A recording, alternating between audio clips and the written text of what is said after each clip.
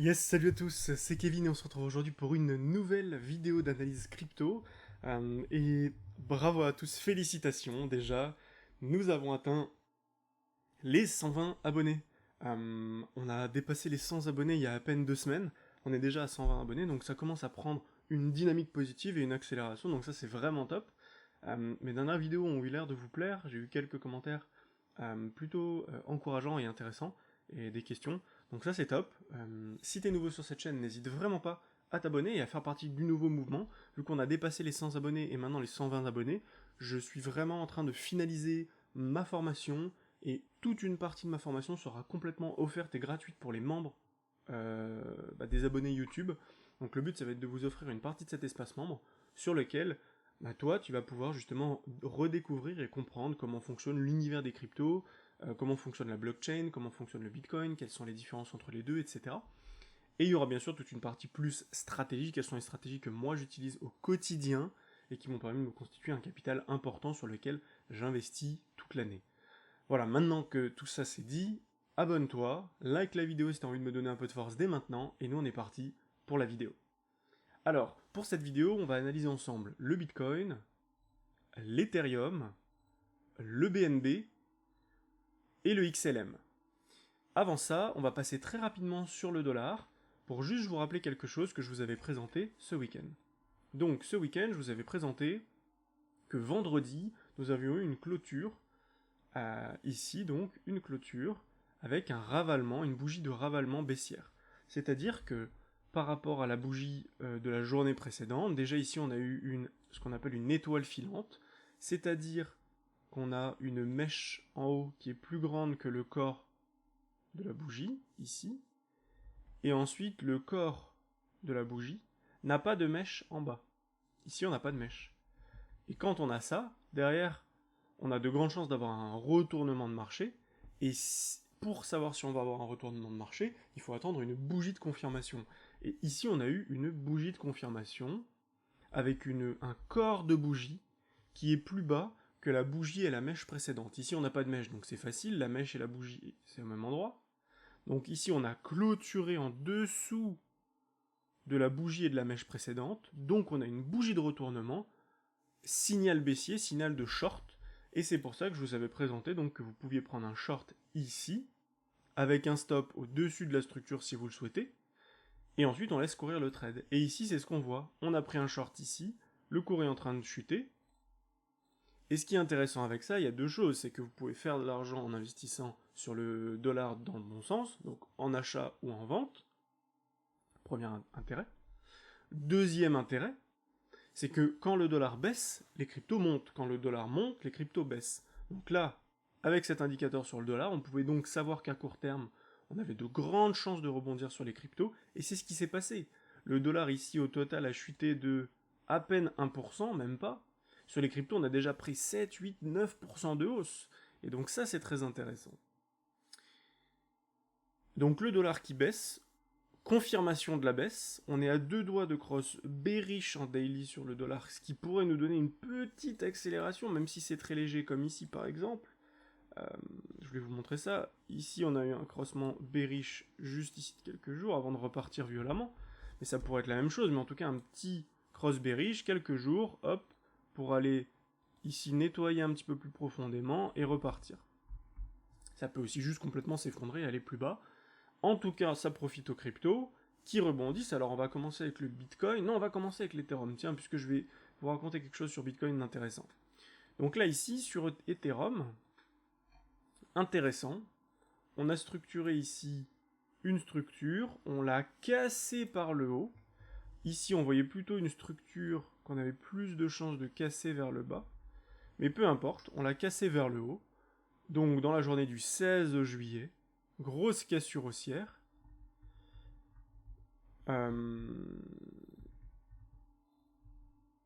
Hop, voilà. Le lendemain, on a eu une bougie d'incertitude, une bougie de temporisation. Mais ce qu'on pouvait faire déjà ici, c'est prendre un achat quand on a eu cette confirmation et cette cassure. Il faut toujours attendre, bien sûr, la clôture de la journée, la clôture de la bougie. Pourquoi? Parce qu'on aurait très bien pu faire une cassure haussière, clôturer en dessous ici, plein serait rentré ici, et au final, on aurait clôturé en dessous, et là, ça aurait été très négatif, et on serait allé vers le bas.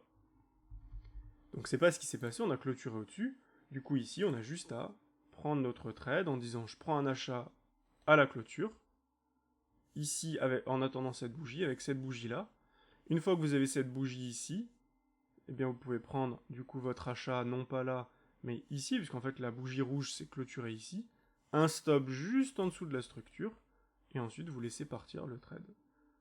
Laissez partir le trade, et ici on a un ratio qui est monstrueux en fait.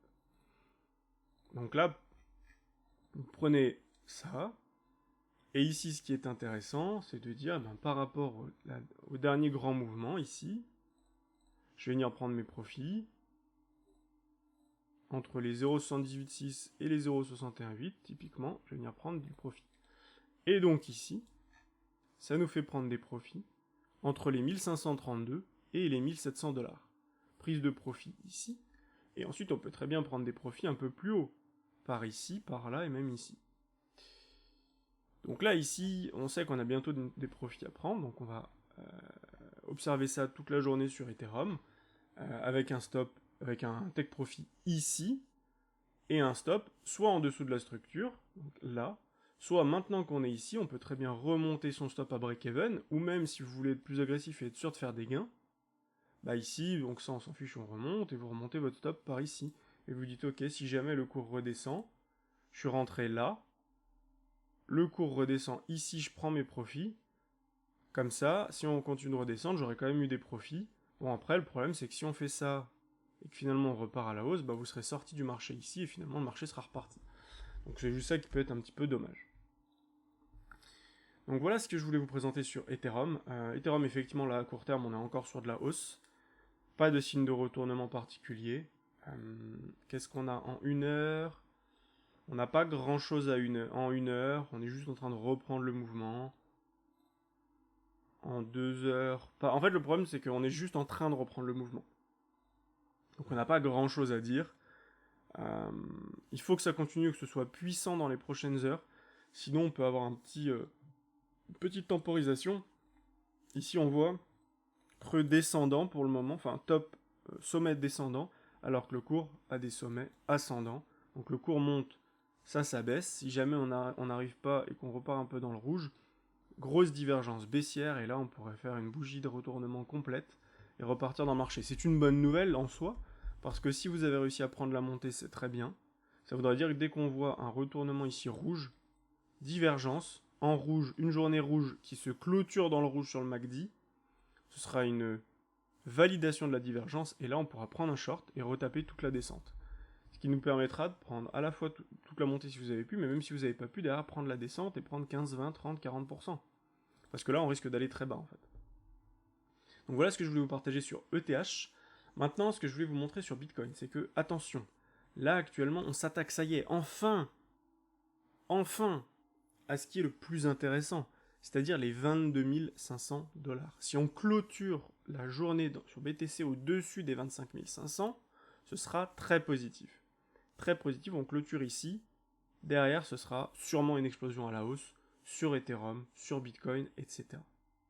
Cependant, si on clôture en dessous, c'est-à-dire qu'on va toute la journée au-dessus, finalement on vient clôturer ici avec une grande mèche là, ce sera très négatif et on aura de grandes chances de se retourner et d'aller bien plus bas. Et en fait, ça aura juste voulu dire on est venu choper toutes les liquidités au-dessus. Tout le monde est rentré en long en se disant que c'est reparti. Finalement, on repart bien bas et on vient taper sous cette structure pour détruire toutes les liquidités acheteuses et pour que tous les gens qui sont là, on les piège et on les liquide beaucoup plus bas. Donc attention, il faut être prudent. C'est pas le moment d'acheter malheureusement sur BTC, même si on a une cassure dans la journée ici. Ça veut pas dire que vous pouvez pas le faire, hein, c'est pas un conseil en investissement, vous faites ce que vous voulez. En tout cas, c'est pas comme moi je le ferais. Maintenant, BNB, on me l'a demandé. Et pourquoi on me l'a demandé? Tout simplement parce que sur BNB, je sais pas si vous avez vu, mais on a eu beaucoup de tokens qui ont été brûlés. Donc ça, c'est toujours une bonne nouvelle. Donc ça, c'est certain que de toute manière, BNB, si vous trouvez des points d'entrée à long terme, c'est très intéressant. Ici, ce qu'on peut voir sur BNB, c'est que on est venu choper toutes les liquidités en dessous ici. On voit ici qu'on est venu en dessous de ces creux. Donc en disant, en fait, ces gens qui étaient là, ils se sont dit, si on passe en dessous, on sort du marché. Donc on les a sortis du marché, on a liquidé les acheteurs, en faisant baisser le cours. On a récupéré toutes les liquidités, et maintenant, on remonte tranquillement. Pour faire ça, et peut-être derrière, pour redescendre. Pour reposer un bottom. Mais pour l'instant, on remonte, on est en train de confirmer ici, pareil, DW, on monte tranquillement, mais attention, c'est pareil, on peut très bien ici monter un petit peu, hop, et hop, avec quelque chose comme ça, monter un peu, faire ça, et finalement, redescendre, choper toute la liquidité en dessous de ce point, en venant poser un bottom un peu plus bas, plus tard. Sûrement cet hiver d'ailleurs. Donc voilà, pour l'instant ça monte, pour l'instant pas de signe de retournement, mais c'est compliqué de rentrer dans le train à n'importe quel moment. Pour ceux qui ont voulu rentrer en long quand le dollar, je vous l'avais annoncé en short, bien joué à vous, parce que c'est ce qu'il fallait faire. Maintenant, comme je le répète depuis quelques jours, attention. Pourquoi attention? On a eu des mauvais chiffres sur l'inflation. La Fed va monter ses taux, soit elle les maintient à 0,75%, soit elle les monte à 1%. Si elle les monte à 1%, c'est encore pire. Mais même si elle les maintient à 0,75, c'est attendu. Mais ce ne sera pas positif pour les actifs à risque, en tout cas. Donc attention, même si là on risque de monter sur quelques jours. Attendez-vous, prenez bien vos profits parce qu'attendez-vous à ce qu'il y ait un retournement de marché par la suite qui soit violent. Et typiquement, ici on n'a pas fait beaucoup de business. Donc on peut très bien tout casser, clôturer ici, faire ça. Venir récupérer toute la liquidité au-dessus par là et ensuite faire un M et dégueuler ici pour venir poser un vrai bottom cet hiver ou l'hiver prochain. Donc voilà ce que je voulais vous présenter. J'espère que cette vidéo vous a plu. XLM rapidement, pas grand chose à dire puisque c'est la même chose et c'est même pas terrible pour l'instant puisqu'on est vraiment très très loin. Si vous dézoomez, est-ce que vraiment ici vous avez envie de rentrer? Bah il n'y a pas grand chose en fait. Pas grand chose du tout. On peut effectivement faire la même chose qu'on a fait ici, c'est-à-dire on descend, hop, on rebondit. Mais finalement, on pose un M et on repart à la baisse. Ici, pareil, temporiser, hop, exploser à la hausse, on temporise et on va plus bas. Et on pose un bottom plus bas. Voilà ce qui risque de se passer sur beaucoup de cryptos, avec effectivement un rebond cet été, je vous l'ai annoncé il y a déjà 1 ou 2 semaines, mais en vous disant également que, attention, ce sera qu'un rebond. Et qu'ici, globalement, on peut très bien rebondir jusqu'ici, jusque-là, et même dans cette box verte, mais ça ne serait qu'un rebond et ça ne serait pas reparti. Et beaucoup de gens penseraient que c'est reparti. Parce qu'ici, globalement, on serait à plus 200%, plus 300%, voire même plus 400 à plus 500% de hausse. Donc là, les gens penseraient que c'est reparti, alors que ce serait juste pour piéger tous les gens qui ont shorté et qui sont sortis ici. Une fois qu'on va remonter, ces gens qui sont sortis là vont vouloir re-rentrer en se disant j'ai raté le train, ça va repartir. Et ici, on les chope. Tous ceux qui ont vendu là revendent ici. Et le marché se recasse la gueule. Donc voilà ce que je vais vous partager, j'espère que cette vidéo vous a plu, elle était rapide, mais encore une fois, c'est l'analyse crypto sans blabla. Si cette vidéo t'a plu, n'hésite pas à mettre un gros pouce bleu pour m'encourager, t'abonner et à me dire en commentaire quelle est la prochaine crypto que tu veux que j'analyse. Moi je te souhaite une belle journée, je te dis à demain pour une prochaine vidéo. Ciao ciao.